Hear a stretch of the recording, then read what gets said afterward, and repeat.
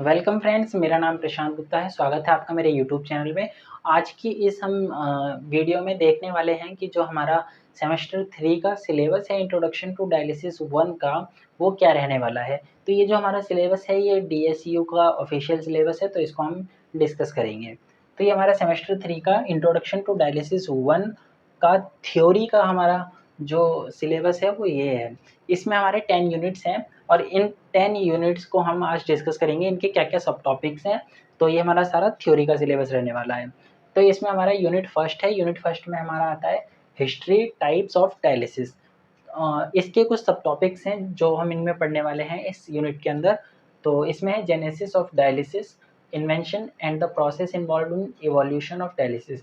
यानी कि जो हमारा डायलिसिस का इन्वेंशन हुआ था, उसके बाद उसमें क्या-क्या चेंजेस आए, कैसे उसका इवोल्यूशन हुआ, और ये सारी चीज़ें हम इसकी पढ़ने वाले हैं, हिस्ट्री पढ़ने वाले हैं। तो types of dialysis and classification, यानी कि डायलिसिस के कितने टाइप्स होते हैं, उनका क्लासिफाई हम कैसे करते हैं, ये चीज़ें पढ़ेंगे। डायलिसिस फॉर एकेआई एंड सीकेडी, जो एकेआई और सीकेडी पेशेंट होते हैं उनमें दोनों में अलग-अलग तरह से हम डायलिसिस करते हैं। उनकी क्या-क्या इंडिकेशन होती हैं, क्या-क्या कॉम्प्लिकेशन होती है, दोनों में क्या डिफरेंस होता है, ये चीज़ें पढ़ेंगे। देन इंट्रोडक्शन टू सीआरआरटी, जो हमारी 24 आवर वाली डायलिसिस होती है, सीआरआरटी यानी कि कॉन्टिन्यूअस रीनल रिप्लेसमेंट थेरेपी। तो इसके अंदर हम क्या-क्या होता है, ये सभी हम इसका इंट्रोडक्शन पढ़ने वाले हैं। देन हमारा यूनिट 2 है। यूनिट 2 में हमारा इसका नाम है principles of dialysis and quantification of adequacy. इसके सब टॉपिक्स हैं हमारे principles of diffusion, filtration, ultrafiltration, convection and osmosis. ये हमारे 5 फिजियोलॉजिकल प्रिंसिपल्स हैं, इन सभी के बारे में पढ़ेंगे। इनका डायलिसिस में कैसे, कहाँ पर यूज़ होता है, ये पढ़ेंगे। देन आता है solute transport and fluid movement during dialysis, यानी कि जो हमारी हीमोडायलिसिस हो रही है उसमें फ्लूइड का मूवमेंट कैसे हो रहा है, सॉल्यूट यानी कि टॉक्सिन्स कहाँ से कैसे जा रहे हैं, उनका साइज के बारे में हम डिस्कस करेंगे। Then principles of fluid dynamics, यानी फ्लूइड डायनेमिक्स के जो प्रिंसिपल्स हैं डायलिसिस में कैसे यूज़ होते हैं, ये भी हम पढ़ेंगे। हीमोडायलिसिस एंड पेरिटोनियल डायलिसिस, ये टाइप्स होते हैं हमारे डायलिसिस के। तो इन दोनों के बारे में भी हम डिफरेंस पढ़ेंगे, इन दोनों को डिफरेंशिएट भी करेंगे। मेजरिंग डायलिसिस एडिकेसी, यानी कि जो डायलिसिस हुई है हमारी वो कितनी इफ़ेक्टिव रही है, कितनी एफिकेट रही है, इसके बारे में हम पढ़ने वाले हैं। तो इसमें हमारे 2 फैक्टर आते हैं, urea reduction rate, urea kinetic modelling. तो ये दोनों चीज़ें हम इसमें पढ़ने वाले हैं।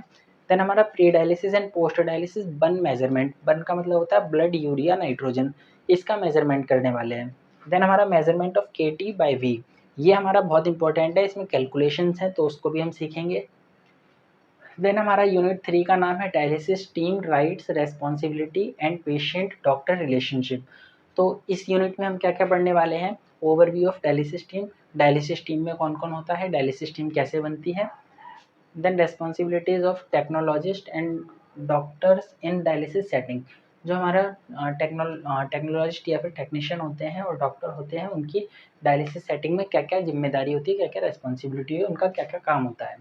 Then building effective working relationship, its importance and dealing with difficult working relationship, यानी कि जो हमारी रिलेशनशिप होती है पेशेंट के साथ में स्टाफ की, वो कैसे करके हम इफ़ेक्टिव बनाएँ, इसके बारे में पढ़ेंगे। उसका क्या इम्पोर्टेंस होता है, जो रिलेशनशिप होती है उसका इफ़ेक्टिव क्यों होना चाहिए, इसके बारे में पढ़ेंगे। और कुछ सिचुएशंस ऐसी होती हैं, डिफ़िकल्ट होती हैं, जिसको हमें हैंडल करना होता है, उन चीज़ों को हम हैंडल करना सीखेंगे।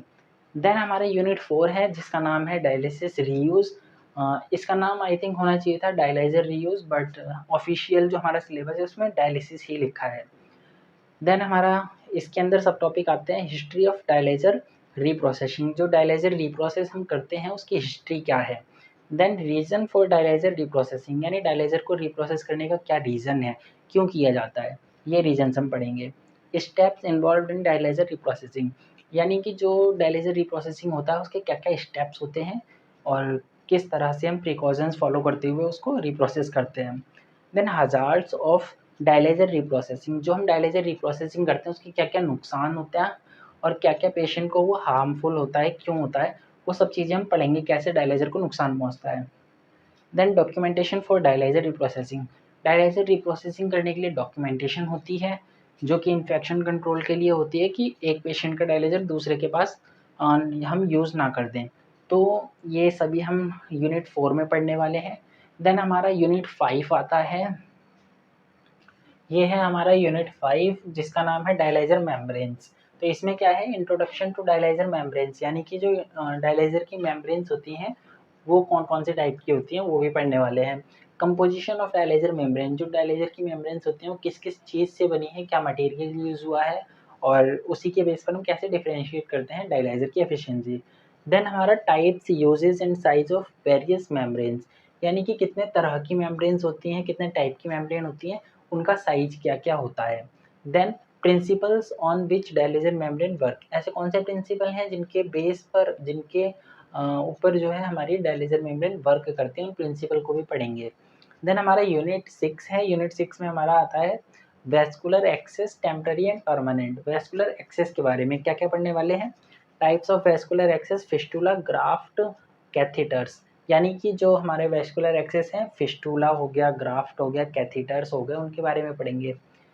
Pre dialysis assessment for all types of vascular access, यानी कि जो हमारा वैस्कुलर एक्सेस है उसको करने से पहले जो हमारा असेसमेंट होता है, यानी कि हम साइट को चेक करते हैं कि वो उस डायलिसिस को करने के लायक है कि नहीं है, यानी कि वो जो वैस्कुलर एक्सेस है उसकी क्या कंडीशन है, वो ठीक है, इन्फेक्टेड तो नहीं है, ये सारी चीज़ें हमें देखनी है।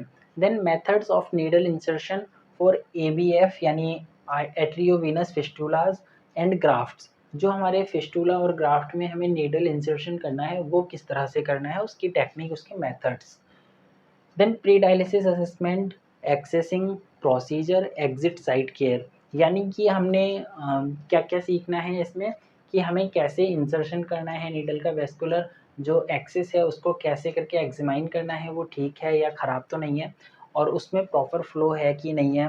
देन स्टरलाइज जो प्रोसेस होता है उसको कैसे फॉलो अप करेंगे। देन हम जब एग्ज़िट करते हैं नीडल वगैरह, जब हम डायलिसिस से हटाते हैं पेशेंट को, उसके बाद हमें क्या केयर देनी पड़ती है उसके बारे में हम पढ़ेंगे। देन मॉनिटरिंग ऑफ कैथीटर्स, यानी जो कैथीटर है वो ठीक है या ख़राब तो नहीं हो गया, तो उसकी मॉनिटरिंग भी हमारी इस यूनिट में पढ़नी है।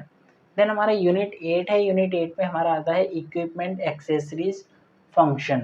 तो इसमें हमारा बड़ा यूनिट है थोड़ा। Types of equipments used in dialysis process, ये हम पढ़ने वाले हैं कौन कौन से इक्विपमेंट हमारे डायलिसिस में यूज़ होते हैं।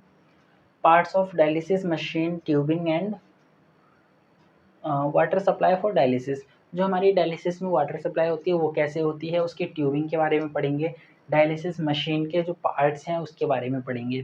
Then overview the various equipments, accessories and working of dialysis machine, जो हमारी डायलिसिस मशीन कैसे वर्क करती है, उसके वेरियस इक्विपमेंट्स का क्या क्या फंक्शनिंग है, उसका क्या इंपॉर्टेंस है, ये सारी चीज़ें हम इसमें पढ़ेंगे। The technology, functioning, calibration and sterilization of dialysis machine according to their type, brand, frequency, duration of use, importance of calibration and sterilization।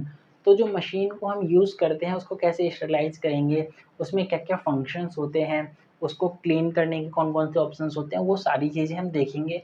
Different type, brand, अलग अलग मशीनों में अलग अलग फंक्शनिंग होती है, उसको हम जो है देखने वाले हैं, और इसके इम्पोर्टेंस को, कैलिब्रेशन के इम्पोर्टेंस को हम जानने वाले हैं इस टॉपिक में, इस यूनिट में।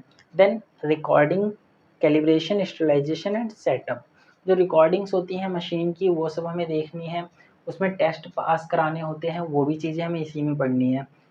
Planning and organising, schedule, maintenance, यानी कि जो एक डायलिसिस पेशेंट है उसको कैसे करके हमें प्लान करना है, कौन कौन से दिन उसकी डायलिसिस होगी, उसका मेंटेनेंस, प्लस हमारे कितने पेशेंट आने हैं, कितनी मशीनें हैं, इन सभी का एक डाटा होता है, तो वो सब कैसे प्लान करना है, मेंटेन करना है, ऑर्गेनाइज करके चलना है स्केड्यूल को।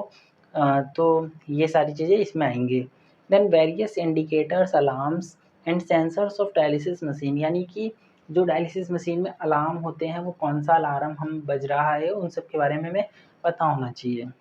Then corrective step to be taken when a particular alarm goes off, यानी कि कोई भी अलार्म बजता है तो वो किस चीज़ का अलार्म है, क्या इंडिकेट कर रहा है, उसको हमें ठीक से मेज़र करना आना चाहिए, देख के उसको हमें पता करने के बाद क्या स्टेप लेना है, कैसे देखना है कि उसमें क्या प्रॉब्लम है, उस प्रॉब्लम को कैसे हम सॉर्ट आउट करेंगे, वो सारी चीज़ें हमें पता होनी चाहिए। तो ये हमारे यूनिट 7 है। इसके बाद हमारा आता है यूनिट 8 में तो 8th यूनिट में हमारा है computer applications in dialysis. Computer से रिलेटेड जो भी हमारे यूजेस हैं, जो इम्पोर्टेंस है कंप्यूटर का हमारे डायलिसिस यूनिट में, उसके बारे में पढ़ेंगे। जैसे कि hospital information system in dialysis unit, यानी कि जो हमारी हॉस्पिटल में इंफॉर्मेशन सिस्टम होता है वो डायलिसिस यूनिट का कैसे मेंटेन करके रखते हैं, वो सब हम पढ़ेंगे, क्या क्या होता है उसमें। और दूसरा है हमारा scheduling of procedure, application of computer and monitoring and maintenance of dialysis unit. Dialysis unit में हम कंप्यूटर का किस तरह से यूज़ करते हैं, प्रोसीजर्स में, एप्लीकेशन उसकी क्या क्या है, मेंटेनेंस और मॉनिटरिंग द डायलिसिस यूनिट, यानी डायलिसिस यूनिट को मेंटेन करके रखना, उसमें कौन कौन से हमारे प्रोसेस होते हैं जहाँ जहाँ कंप्यूटर यूज़ करते हैं, उन सभी के बारे में हम इसमें पढ़ेंगे। फिर यूनिट 9 है हमारा, इसमें डायलिसेट डिलीवरी सिस्टम है। तो इसमें हम पढ़ेंगे definition of delivery system, types of delivery systems, कितने तरह के डिलीवरी सिस्टम होते हैं डायलिसेट के, तो वो सभी हम पढ़ेंगे। यूनिट 10 है हमारा, लास्ट यूनिट है, इसमें है composition of dialysate. Composition of dialysate में डायलिसेट कैसे बनता है, 3 चीज़ों से बनता है, पार्ट ए, पार्ट बी और आरओ वाटर, इन सभी की कंपोजिशन हम जानेंगे। Various dialysate compositions, it's uses and indications, यानी कि कौन कौन से कंपोजिशंस को हम किस तरह से मेंटेन करेंगे, कैसे करके हम उसका एक डेफाइंड रेशियो को बनाएंगे, जिससे कि हमारा जो डायलिसेट बनेगा वो किस पेशेंट के लिए कितने रेशियो में हम बनाएंगे, वो सभी हम पढ़ेंगे। और क्या क्या इंडिकेशन होंगी जिससे हम उसके कंपोजिशन को चेंज करेंगे। Then methods for obtaining various composition of dialysate, यानी कि ऐसे मेथड्स हम उनके बारे में जानेंगे जिससे कि हम कंपोजिशन ऑफ डायलिसेट चेंज करते हैं।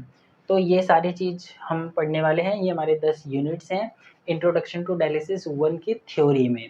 तो उम्मीद है आपको ये सारा सिलेबस समझ में आया होगा, और आज के लिए इतना ही। जय हिंद, जय भारत।